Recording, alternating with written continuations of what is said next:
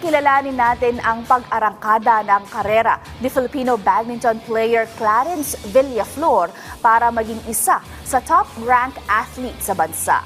May ulat si teammate Bernadette Tinoy.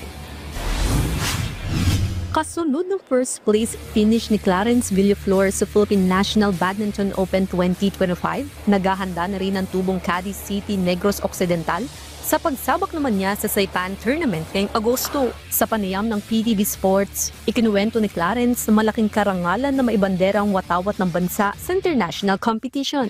Grade 1 pa lang kasi si Clarence nang matuto siyang mag-badminton sa tulong ng mga coaches at suporta ng kanyang pamilya. At dahil isa siya sa mga top-ranked badminton players ngayon, plano niyang makapag-uwi ng medalya.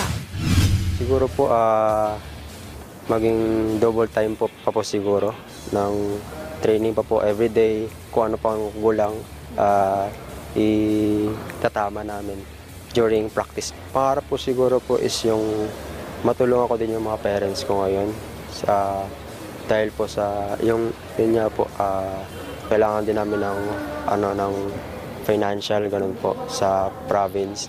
Kaya yun po yung goal ko. Matulungan ko muna yung family ko po.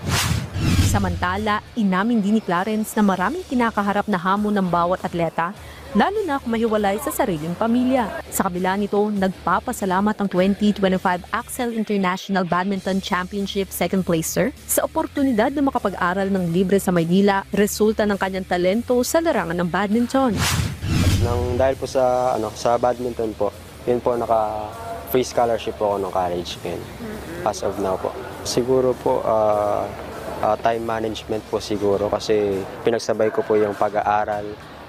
Ginagawa po namin training morning and then afternoon po takbo na po ako sa school and then kinabukasan balik na naman ako training po tapos pagkahapon school ulit.